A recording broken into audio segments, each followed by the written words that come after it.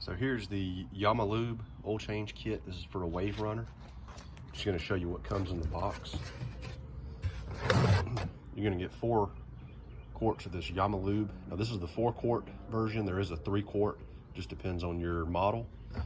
So you get 4 quarts of that. That's 10W40. They throw in a little paper filter for you. Not filter, funnel. And you're going to find your oil filter in here.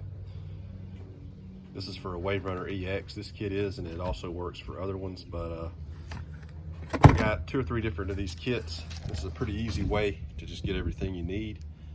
Comes with everything you need for the oil change, and you'll also need to change it some type of pump system. This is a Briggs & Stratton. I'll do a video on this, but you're going to need that to suck the oil out of the engine.